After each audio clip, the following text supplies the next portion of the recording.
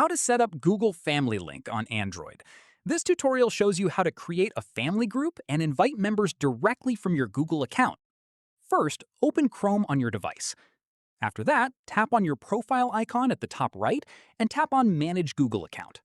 From there, scroll across the tabs at the top and tap on Family. Right here, tap on Get Started to begin the setup process.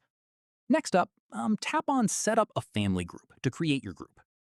Moving on, you'll be prompted to confirm your role. Tap Confirm to set yourself as the family manager.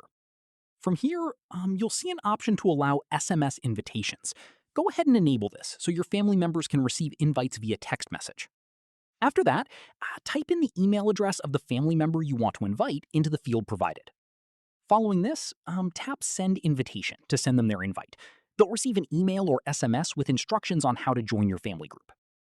Finally, once they accept the invitation, they'll be added to your family group, and you'll be able to manage their account settings and screen time directly from Family Link. Hope this helped you out. If it did, give it a like, subscribe for more Android tutorials, and tap the bell for updates. See you in the next one.